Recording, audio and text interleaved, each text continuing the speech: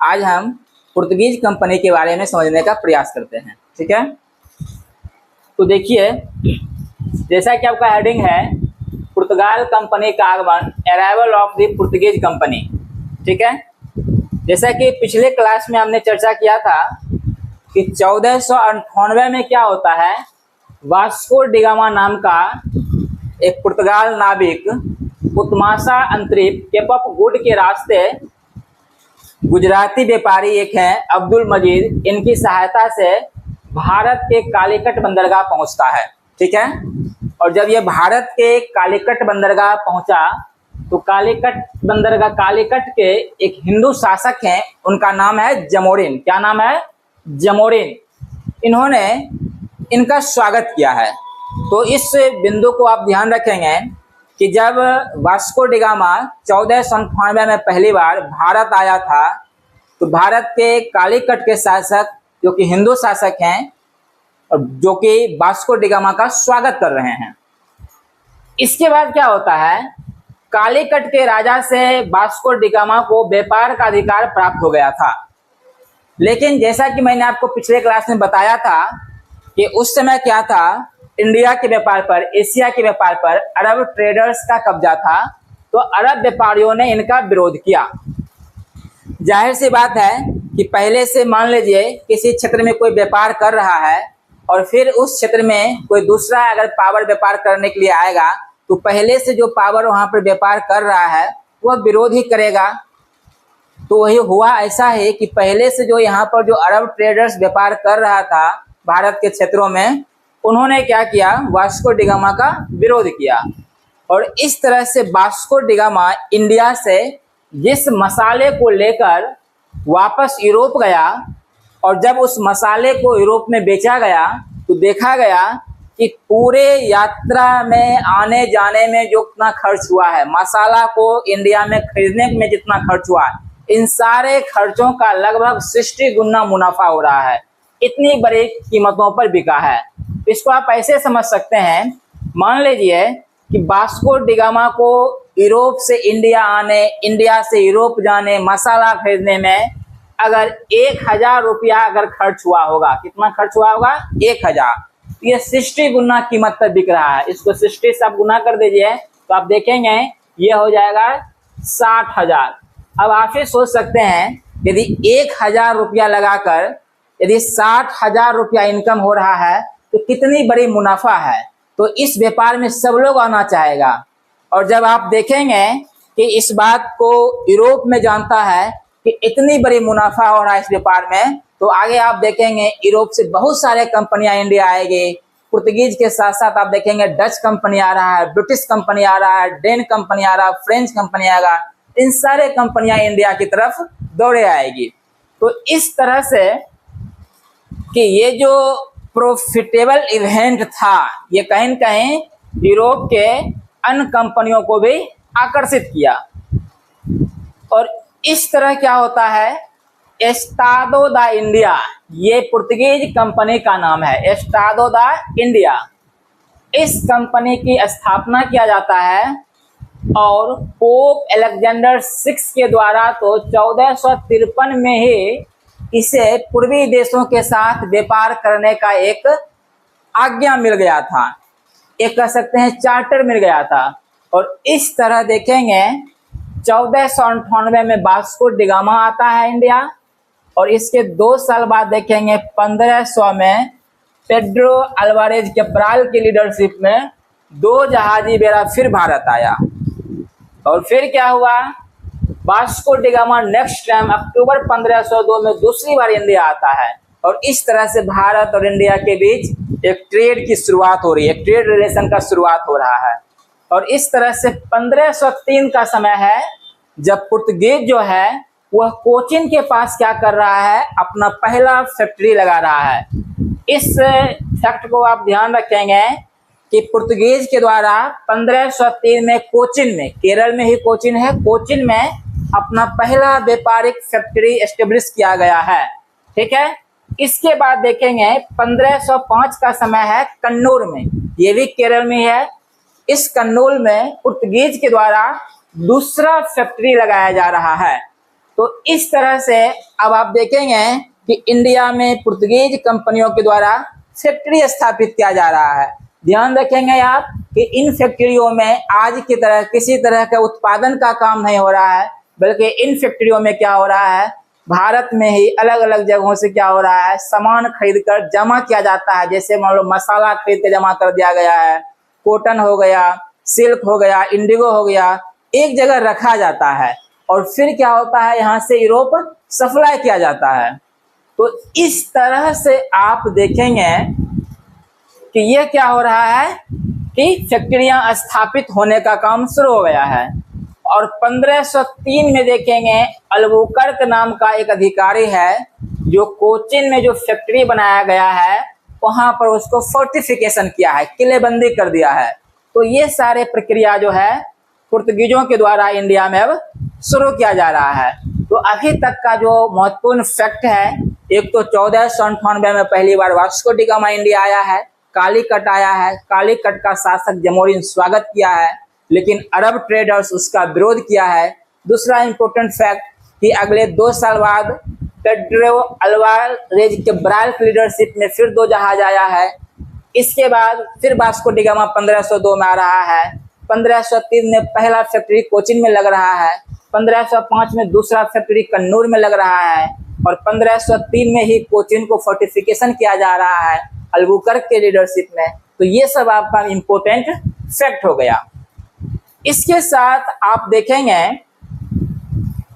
तो देखिए इसको हम क्या करते हैं, थोड़ा सा यहाँ पर स्क्रीन पर फ्लैश करवा देते हैं ताकि जब आप देखेंगे फिगर को तो आपके माइंड में ये सब बात ज़्यादा अच्छा से आपको याद रहेगा।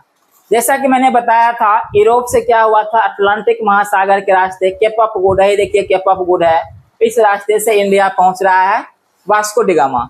1498 में वास्को डी गामा आया भारत। इसके बाद देखिए जब वास्को डी गामा यहाँ आया था तो फिर क्या होता है, गुजराती व्यापारी जो अब्दुल मजीद है उसकी सहायता से पहुंचा और कालीकट का यही हिंदू शासक जमोरिन है, ये देखिए ये जमोरिन है और ये वास्को डी गामा है, दोनों आपस में मिलते हैं, एक दूसरे का स्वागत हो रहा है और इस तरह से क्या हो जाएगा इंडिया, और आप देखेंगे कि इंडिया हो गया और जो यूरोप है इसके बीच एक व्यापार की शुरुआत हो रही है। अब देखिए कालीकट का शासक तो इनका स्वागत किया था, लेकिन जो ये जो अरब व्यापारी आप देख रहे हैं, ये अरब व्यापारी क्या किया, वास्को डी गामा का विरोध किया, बोला हम तुम्हें यहाँ व्यापार करने नहीं देंगे। इसके बाद क्या होता है, जो ये सब जो मसाला वगैरह लेकर लौटा था वास्को डी गामा यहाँ से, ये 60 गुना दामों पर बिका है। देखिए इतनी बड़ी उसको पैसा मिल रहा है। और इस तरह से आप देखेंगे ये जो एस्टाडो दा इंडिया जो कंपनी है इसकी स्थापना होता है और पोप अलेक्जेंडर 6 द्वारा इसको एक चार्टर मिलता है पूर्वी देशों के साथ व्यापार करने का। इसके साथ आप देखेंगे आगे का जो घटना है वह देखिए क्या घटना हो रहा है। तो 1503 में देखिए यही है कोचिन, ये क्या है, कोचिन है और इसी कोचिन में जो पुर्तगीज कंपनी है पहला फैक्ट्री लगा रहा है। ये देखिए कन्नूर है, इसी कन्नूर में क्या हो रहा है, पुर्तगीज कंपनी दूसरा फैक्ट्री लगा रहा है। ये देखिए इसी कोचिन, यहाँ जो फैक्ट्री लगाया गया था इसी कोचिन को 1503 में फोर्टिफिकेशन, किलेबंदी कर दिया गया है, किला से पूरा घेर दिया गया है। और ये देखिए एस्टाडो दा इंडिया, ये तो कंपनी का नाम है। और ये देखिए पोप अलेक्जेंडर 6 हैं जो उनको एकाधिकार दिया है, चार्टर दिया है। और इस तरह से देखिएगा पुर्तगालियों के आगमन से भारत में यूरोपीय व्यापार का एक नया युग प्रारंभ हो रहा है। तो इस तरह से आगे हम कुछ और पॉइंट को समझने का प्रयास करते हैं। तो अब क्या हुआ, फ्रांसिस्को डी अल्मीडा को पहला वायसराय बनाकर भारत भेजा गया, जिनका जो पीरियड है वह 1505 से 1509 के बीच ये भारत में पुर्तगीज वायसराय रहते हैं। और इन्होंने एक सामुद्रिक नीति, जिसे हम लोग ब्लू वाटर पॉलिसी कहते हैं या शांत जल की नीति कहते हैं, इसको स्टार्ट किया। ये पॉलिसी क्या है, ये कहीं न कहीं भारत पर अपना एक प्रभुत्व स्थापित करने के लिए, अपना प्रभाव स्थापित करने के लिए ये पॉलिसी शुरू किया गया। और फिर 1508 में क्या होता है, एक बैटल ऑफ चौल होता है, चौल का युद्ध होता है, और इस युद्ध में गुजरात के शासक से संभवतः वह पराजित होता है पुर्तगीज। लेकिन अगले ही साल बैटल ऑफ दीव में 1509 में होता है बैटल ऑफ दीव। उस युद्ध में महमूद बेगरा गुजरात का शासक है और मिस्र का शासक और तुर्की के शासक, मतलब एक अंतर्राष्ट्रीय लड़ाई हो रहा है, एक अंतर्राष्ट्रीय स्तर पर प्रतिरोध कर रहा है पुर्तगीज। और एक अंतर्राष्ट्रीय लड़ाई में 3 अलग अलग सेनाओं को, महमूद बेगरा की सेना, मिस्र की सेना और तुर्की की सेना को पुर्तगीज कंपनी जो है जबरदस्त टक्कर दिया और इन तीनों सेनाओं को पराजित कर दिया। और इस प्रकार जो पुर्तगीज कंपनी है वो अपना नेवल पावर को दिखा दिया कि हम नेवल में कितने मजबूत हैं, हम समुद्र में कितने मजबूत हैं। आप सोच सकते हैं कि पुर्तगीज कंपनी का नेवल पावर इतना मजबूत है, उसका नौसैनिक शक्ति इतना विशाल है कि अकबर जैसे शासक को भी देखेंगे कि आगे क्या होता है, कि आप देखेंगे कि अकबर जैसे शासक भी क्या करता है, पास लेता है समुद्र में जहाज ले जाने के लिए, जिसकी चर्चा हम आगे करेंगे। तो इस तरह से आप देख रहे हैं। इसके बाद आप देखेंगे, जिसको हम थोड़ा सा फिर आपको स्क्रीन पर फ्लैश करवा कर दिखा देते हैं। देखिए यही है फ्रांसिस्को डी अल्मीडा, ये जो आपको फिगर यहाँ पर दिख रहा है ये फ्रांसिस्को डी अल्मीडा हैं और ये भारत में पहला पुर्तगीज वायसराय हैं। इन्हीं के द्वारा ब्लू वाटर पॉलिसी या शांत जल की नीति की शुरुआत किया जाता है। और इस तरह से आप देखेंगे कि ये क्या कहता था, समुद्र हमारा मार्ग है, समुद्र हमारा किला है, समुद्र ही हमारी शक्ति है। देखिए अभी जो आपको हमने बताया था चौल का युद्ध, देखिए ये हो रहा है बैटल ऑफ चौल। और इस बैटल ऑफ चौल में आप देखेंगे कि संभवतः ऐसा माना जा रहा है कि गुजरात के शासक से पराजित हुआ है यहाँ पर पुर्तगीज। लेकिन जो अगले साल जो बैटल ऑफ दीव हुआ है, इसमें 3 सेना को, महमूद बेगरा की सेना है, मिस्र का सेना है, तुर्की का सेना है, उस तीनों सेना को देखिए पराजित किया है। और इस तरह से बता दिया पुर्तगीज कि जिसके पास समुद्री शक्ति है, जिसके पास नेवल शक्ति है, उसी का व्यापार है, उसी का संसार है, ये बताने का प्रयास कर रहा है। तो कहीं न कहीं आप देखेंगे तो इस तरह से पुर्तगीज कंपनी धीरे धीरे इंडिया के व्यापारों पर कब्जा करने का प्रयास कर रहा है। और इस तरह से देखेंगे कि भारत में जो दूसरा पुर्तगीज वायसराय आ रहा है उसका नाम है अल्फांसो डे अल्बुकर्क। उसका क्या नाम है? Afonso de Albuquerque. ये दूसरा वायसराय है, 1509 से 1515 के बीच ये रहता है। और ये जो ये काम कर रहा है वह क्या काम कर रहा है, 1510 में बीजापुर के शासक यूसुफ आदिल शाह से गोवा को छीन लिया। किसको छीन लिया? गोवा को छीन लिया और गोवा को कब्जा करके और यहाँ पर पुर्तगीज साम्राज्य की नींव रखता है। ठीक है, यहाँ क्या करता है? पुर्तगीज साम्राज्य का नींव रखता है। और इस तरह से आप कह सकते हैं कि Albuquerque is considered the real founder of the Portuguese empire in India. मतलब अल्बुकर्क को भारत में पुर्तगीज साम्राज्य का वास्तविक संस्थापक माना जा सकता है, क्योंकि यह अल्बुकर्क ही है जिसने बीजापुर के शासक से गोवा को छीनता है और यहाँ पर एक साम्राज्य की नींव रखता है। अब देखिए, पुर्तगीज कंपनियों के द्वारा भारत में साम्राज्य विस्तार की शुरुआत या साम्राज्य विस्तार का आरंभ हो रहा है। ठीक है, और इसी समय क्या होता है, आपने नाम सुना होगा विजयनगर के शासक कृष्णदेव राय का। उन्हें पुर्तगीज को भटकल इलाके में दुर्ग बनाने की इजाजत दी और यह अल्बुकर्क ही है जिसने पुर्तगीज को भारतीय स्त्रियों से विवाह करने के लिए प्रेरित किया। ये पुर्तगीज को कहा कि तुम लोग भारतीय स्त्रियों से विवाह करो, उनसे प्रणय संबंध करो। तो इस तरह की बात हो रही है। और यह देखेंगे कि अल्बुकर्क जो है 1511 में मलक्का द्वीप पर कब्जा करता है, दक्षिण पूर्व एशिया में है, आपको भी हम मैप पर दिखाएंगे। और 1515 में हॉर्मुज पर कब्जा करता है। तो इस तरह से आप देखेंगे कि पुर्तगीज कंपनी कितना जल्दी, कितनी तेजी से फैल रहा है।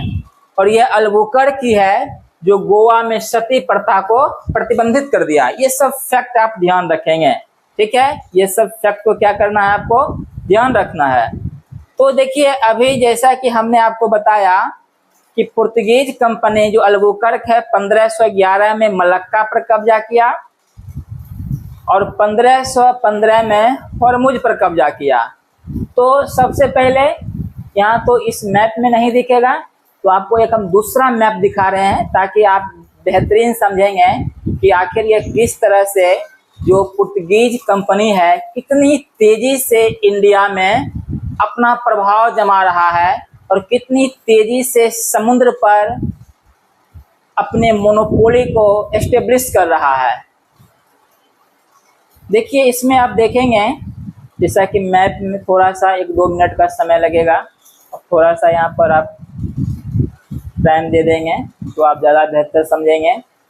देखिए यही मैप है, ये देखिए ये 1511 का समय है।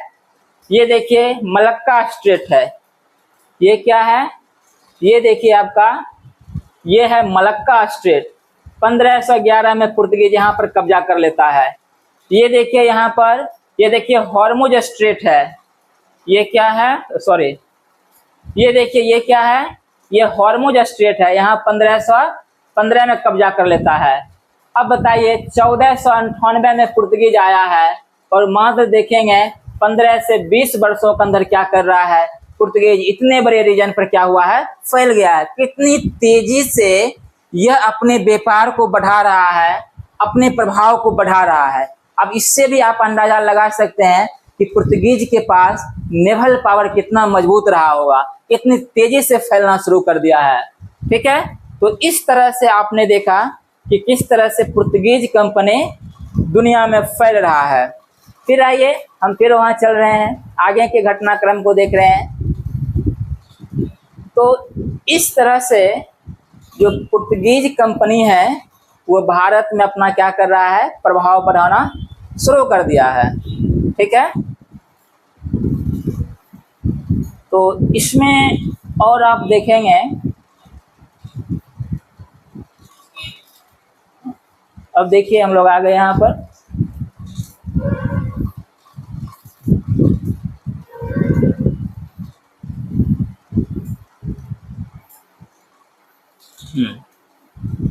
तो अभी आपको हमने बताया था।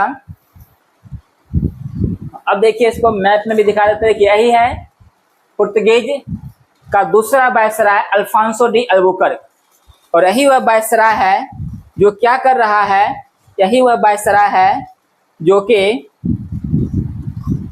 1510 में क्या कर रहा है, बीजापुर के शासक यूसुफ आदिल शाह से गोवा को छीना और यहीं से पुर्तगाली साम्राज्य का नींव रख दिया, ठीक है।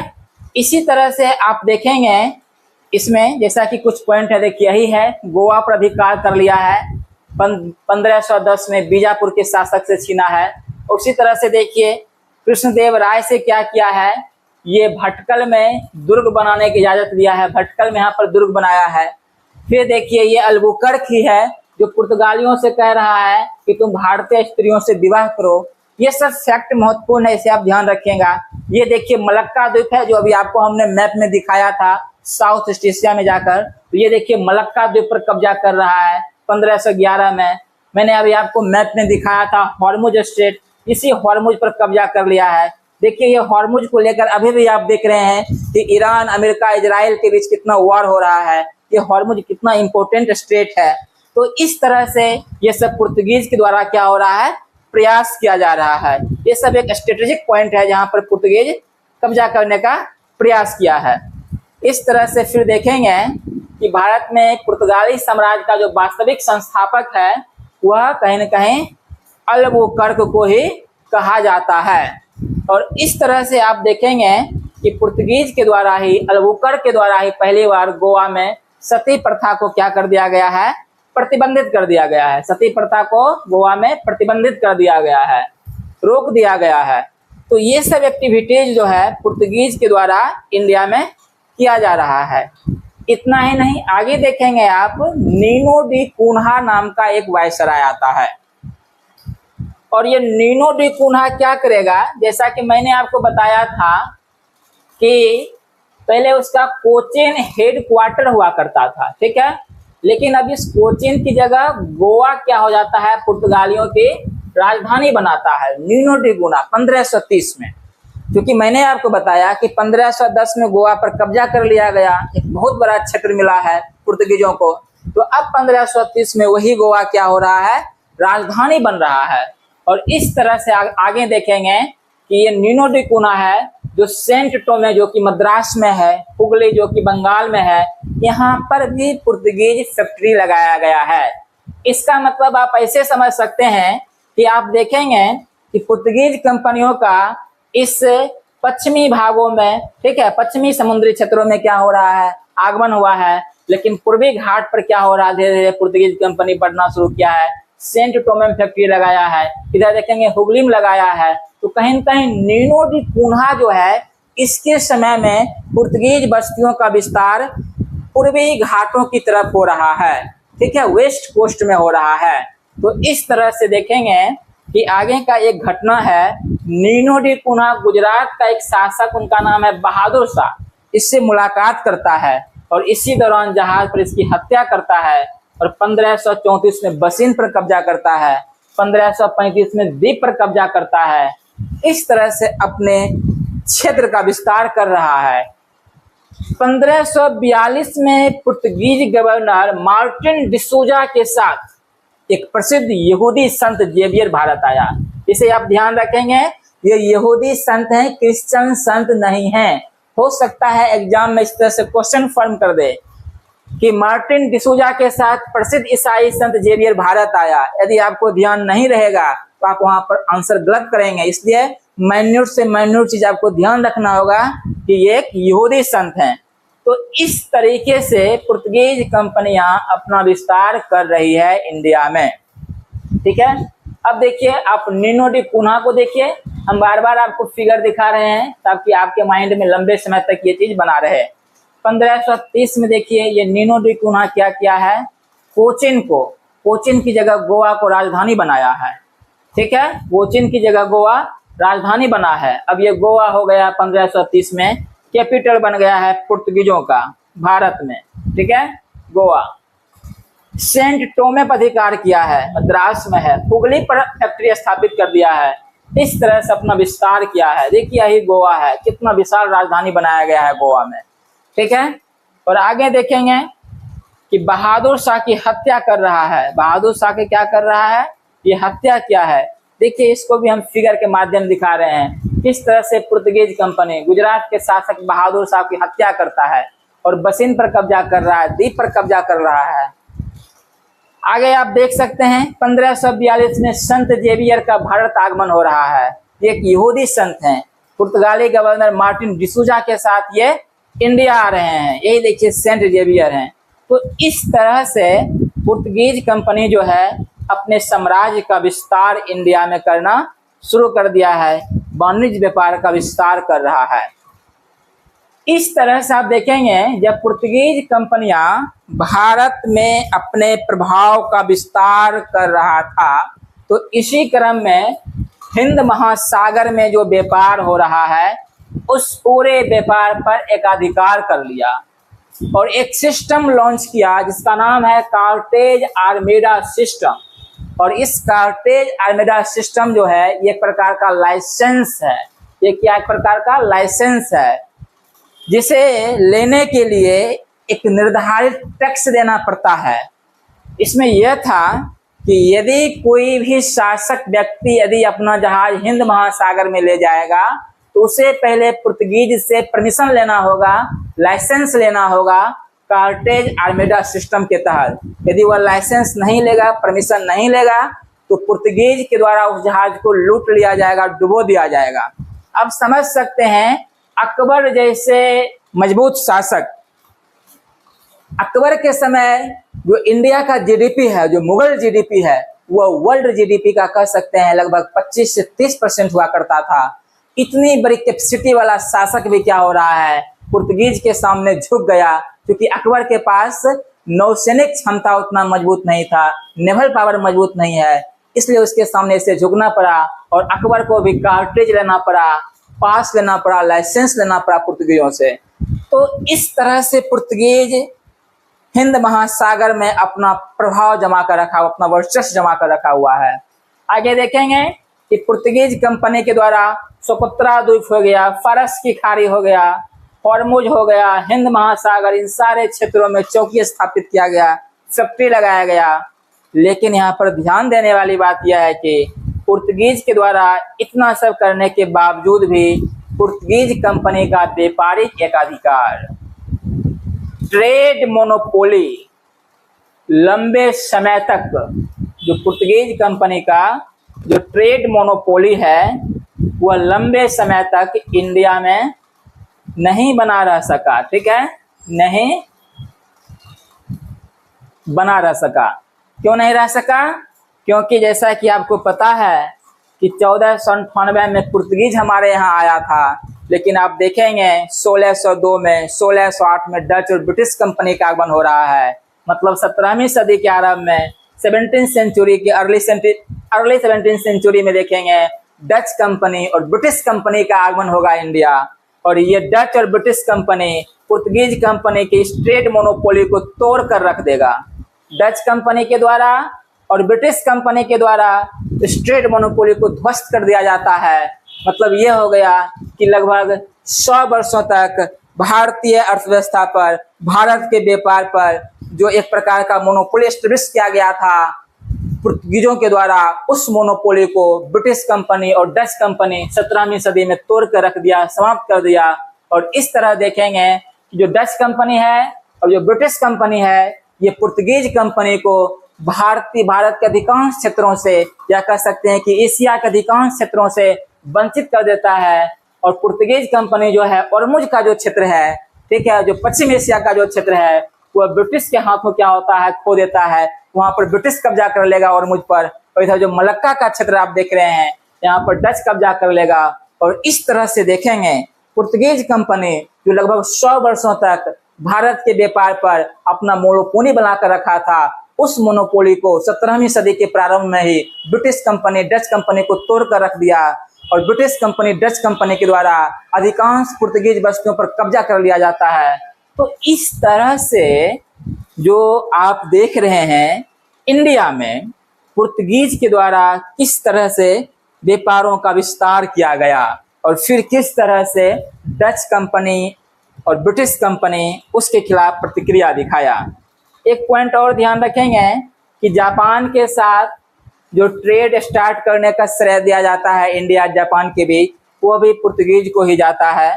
तो इस तरह से हम इसको फिर थोड़ा सा फिगर के माध्यम से देखते हैं तो ज़्यादा बेटर रहेगा।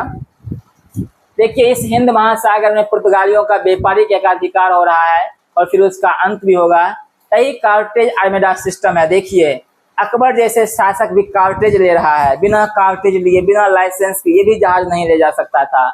ये देखिए, पुर्तगाली सोकोत्रा द्वीप, फारस की खाड़ी, हॉर्मुज, हिंद महासागर पूरे क्षेत्रों में फैल गया है। लेकिन ये जो व्यापारिक एकाधिकार है, ये व्यापारिक एकाधिकार लंबे समय तक नहीं रहने वाला है। आगे आप देखेंगे डच कंपनी आने वाला है, इंग्लिश कंपनी आ रहा है, और ये डच कंपनी, इंग्लिश कंपनी उस व्यापारिक एकाधिकार को तोड़ रहा है। हॉर्मुज के रीजन में जो पुर्तगीज का है, वहां पर ब्रिटिश कब्जा कर लेता है। जो मलक्का का रीजन है पुर्तगीज का, वहां पर डच कब्जा कर लेता है, और इस तरह से पुर्तगीज कंपनी का व्यापारिक एकाधिकार को ध्वस्त कर देता है। भारत और जापान के भी, जैसा कि मैंने दिखाया था, ये सब जो व्यापार वगैरह शुरू हुआ था, ये सब भी पुर्तगीज कंपनी का महत्वपूर्ण योगदान रहा है। ठीक है, तो इस तरह से पुर्तगाल कंपनी का जो मुख्य जो रुचि है, जो प्राइमरी इंटरेस्ट है, वह मसाला व्यापार में रही थी।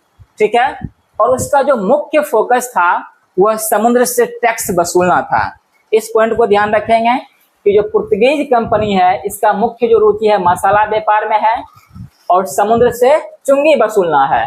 ठीक है, उसी तरह से आप ये भी एक चीज और ध्यान रखेंगे कि ये जो 16th सेंचुरी में जो वास्को डी गामा का जो आगमन हुआ है और जो पुर्तगीजों का जो आगमन हुआ है, ठीक है, या वास्को डी गामा के द्वारा जो न्यू रूट का जो खोज किया गया है, ये सिर्फ और सिर्फ व्यापारिक उद्देश्य से नहीं किया गया है, बल्कि व्यापारिक के साथ साथ इसका एक मिशनरी उद्देश्य भी था।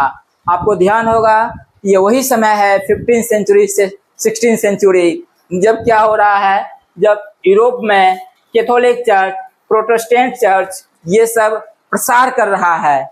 ये नए धर्मों का क्या हो रहा है, प्रसार हो रहा है, नए नए क्षेत्रों में जाना चाह रहा है कैथोलिक और प्रोटेस्टेंट। और इसका मतलब यह है कि वास्को डी गामा का जो भारत यात्रा हो रहा है, ये सिर्फ व्यापारिक उद्देश्य से नहीं हो रहा है, इसमें कहीं ना कहीं मिशनरी उद्देश्य छिपा हुआ है। इसका एक बहुत बड़ा ऑब्जेक्टिव है मिशनरी काज करना, धर्मों का प्रचार प्रसार करना। और आप देखेंगे कि जब पुर्तगीज हमारे यहाँ आता है तो जमकर ईसाई धर्म का प्रचार किया जाता है, लोगों को क्रिश्चियन बनाया जाता है, धर्मांतरण करवाया जाता है, जिसके विरुद्ध में आप देखेंगे कि जबरदस्त प्रतिक्रिया भी भारत में देखने को मिलती है। तो इस तरह से आप देख रहे हैं कि पुर्तगीज कंपनी हमारे यहाँ आया है और एक्टिविटीज क्या क्या कर रहा है, ठीक है। तो अब इसको देखिए, यहाँ पर वही सब फिगर दिया गया है जो भी आपको हम समझा रहे हैं। तो देखिए ये मिशनरी उद्देश्य भी बता रहे थे। ये जो वास्को डी गामा हमारे यहाँ 1497 में आया था, इसका व्यापारिक उद्देश्य तो था कि ठीक है व्यापार करेंगे यहाँ से, एक मिशनरी उद्देश्य है धर्म का प्रचार करना, ईसाई धर्मों का विस्तार करना, ईसाई धर्मों को दुनिया में फैलाना, ठीक है, इस उद्देश्य से आया है। लेकिन जब धर्मांतरण किया गया, जब अपने धर्मों को गलत तरीके से प्रचार प्रसार किया गया, लोगों को ईसाई क्रिश्चियन बनाया गया, फिर इसके खिलाफ भारत में जबरदस्त प्रतिक्रिया भी देखने को मिला है, ठीक है। तो इन सारे चीजों को हम समझने का प्रयास करेंगे। इसके साथ आप देख सकते हैं जो है, अब थोड़ा सा इस बिंदु पर हम चर्चा कर लेते हैं कि पुर्तगालियों के आगमन से हमारे यहाँ क्या सब आया है। तो आप देखेंगे पुर्तगालियों के आगमन से तंबाकू आया है, लाल मिर्च आया है, आलू आया है, टमाटर की खेती शुरू हुआ है, जहाज निर्माण शुरू हुआ है, प्रिंटिंग प्रेस की शुरुआत हुआ है। इसका मतलब ये हो गया कि तंबाकू, लाल मिर्च, आलू, टमाटर की खेती, जहाज निर्माण, प्रिंटिंग प्रेस पुर्तगीज कंपनी के आने से पहले यहाँ नहीं था। वो जब हमारे यहाँ आया तो तंबाकू लेकर आया, देखिए आलू लेकर आया। आज आलू कितना आप कह सकते हैं कि भारतीय व्यंजन में कितना शामिल होता है। लाल मिर्च लेकर आया है, टमाटर देखिए ग्रेवी बनाने में कितना आज हम यूज इसका कर रहे हैं, ये सब तो इसके समय आया था। जहाज निर्माण का शुरुआत हो रहा है, प्रिंटिंग प्रेस लेकर आया है। और एक देखेंगे स्थापत्य कला में गोथिक कला का विकास, गोथिक आर्किटेक्चर का विकास हुआ है। अभी आपको हम फिगर के माध्यम से दिखाते हैं कि वो गोथिक आर्किटेक्चर क्या है, ठीक है। तो ये देखिए ये सब आया है पुर्तगीज के आने के बाद आया है। यहाँ पर आप देख सकते हैं, ये देखिए तंबाकू की खेती शुरू हुआ है पुर्तगीज के आने के बाद, लाल मिर्च है, आलू है, टमाटर है, जहाज निर्माण शुरू हुआ है, प्रिंटिंग प्रेस, और यही देखिए गोथिक आर्किटेक्चर है। इस प्रकार का जो आर्किटेक्चर हमारे यहाँ जो बनाया जा रहा है, ये कहीं न कहीं पुर्तगालियों की देन है, पुर्तगालियों के आने के बाद हमारे यहाँ शुरू हुआ है। तो इस प्रकार आप देखेंगे कि पुर्तगालियों के आगमन से भारत की कृषि, उद्योग, व्यापार, कला और संस्कृति के विकास में कहीं न कहीं महत्वपूर्ण भूमिका है। हमें इस बात को भी समझना होगा। इसके साथ अगर आप ध्यान से देखेंगे तो हम इस बिंदु पर चर्चा करते हैं कि आखिर भारत में पुर्तगीज साम्राज्य का पतन क्यों हुआ।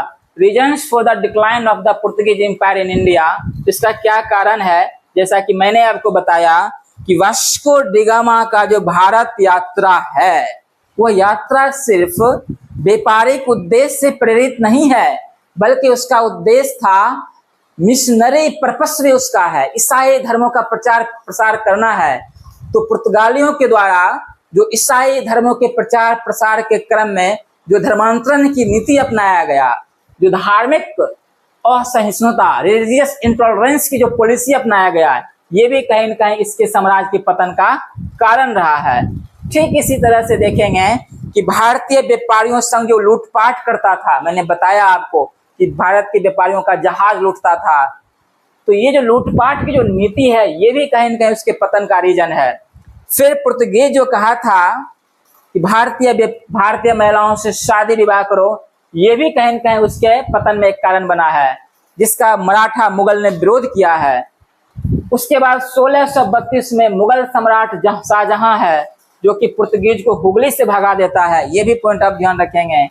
इस तरह से आप देखेंगे ये पुर्तगीज कंपनी के द्वारा चूंकि हुगली में जबरदस्त लूटपाट किया जाता था, फिर शाहजहां के द्वारा पुर्तगीज कंपनी को हुगली से भगाया गया है। तो ये सारे आप पॉइंट को ध्यान रखेंगे। 1661 में एक घटना घटती है, वह यह है कि पुर्तगीज प्रिंसेज है राजकुमारी कैथरीन का विवाह हो रहा है ब्रिटिश राजकुमार चार्ल्स द्वितीय से। जब ये शादी हुआ है तो यहाँ पर क्या हुआ है, इस शादी के तहत बम्बई क्षेत्र दहेज के रूप में किसे दिया गया है, वो दिया गया है ब्रिटिश राजकुमार को। और बाद में फिर देखेंगे वही बम्बई जो है 1668 में ब्रिटिश कंपनी को मिलता है, दे दिया जाता है। तो इस तरह से ये जो दहेज में दिया गया है बम्बई, इस संदर्भ में एक बात और आप ध्यान रख सकते हैं, इसी समय एक व्हाइट हॉल की संधि लंदन में हुआ है, ठीक है। और इस व्हाइट हॉल की संधि में ये कहा गया था कि पुर्तगीजों के द्वारा आपको हम बम्बई दे रहे हैं, इसके बदले में आप भारत में जो हमारी फैक्ट्री है उसे डच कंपनी से रक्षा कीजिएगा। तो कहीं न कहीं व्हाइट हॉल की संधि में बम्बई एक तो दहेज में दिया गया है, लेकिन एक दूसरा इसका एक और एक पर्पस था कि डच कंपनी से ब्रिटिश जो फैक्ट्रियां, जो डच कंपनी से पुर्तगीज फैक्ट्रियां को भारत में रक्षा करने के लिए ब्रिटिश को कहा गया है। तो यही था आपका व्हाइट हॉल की संधि, इसको आप ध्यान रखेंगे। भारत में सबसे पहले आने वाला और सबसे बाद जाने वाला जो यूरोपीय जो औपनिवेशिक शक्ति है वह पुर्तगाल ही है, क्योंकि यह 1498 में हमारे यहाँ आया था और 1961 में हमारे यहाँ से गया है, गोवा से खाली करके गया है। और जिस समय गोवा स्वतंत्र हो रहा था उस समय गोवा का जो गवर्नर है उसका नाम है मैनुअल एंटोनियो बासेलो आ सिल्वा। तो इस तरह से आपने देखा पुर्तगीज कंपनी के बारे में बहुत सारे फैक्ट को समझा, बहुत सारे कंसेप्ट को भी समझा, ठीक है। अब हम लोग जो है थोड़ा सा इसको मैप पर देखने का प्रयास करते हैं। देखिए यही जो धार्मिक जिस तरह से यहाँ पर ईसाई धर्मों का प्रचार प्रसार कर रहा है, धर्मांतरण किया जा रहा है, उसका जबरदस्त विरोध किया है भारतीयों ने। ये देखिए शाहजहां है 1632 में हुगली से पुर्तगालियों को भगाया है, क्योंकि ये हुगली में लूटपाट किया करता था। ये देखिए राजकुमारी कैथरीन है, ये देखिए राजकुमार चार्ल्स द्वितीय है, दोनों का शादी हो रहा है। और फिर पुर्तगीज क्या किया, बम्बई को दहेज के रूप में दे दिया ब्रिटिश को लेकर। और यही देखिए ब्रिटिश ईस्ट इंडिया कंपनी को 1668 में फिर वही बम्बई मिल जाता है और फिर इसको अपना हेडक्वार्टर बनाया, यहाँ पर मतलब वेस्ट का हेडक्वार्टर बनाया जाएगा बम्बई को।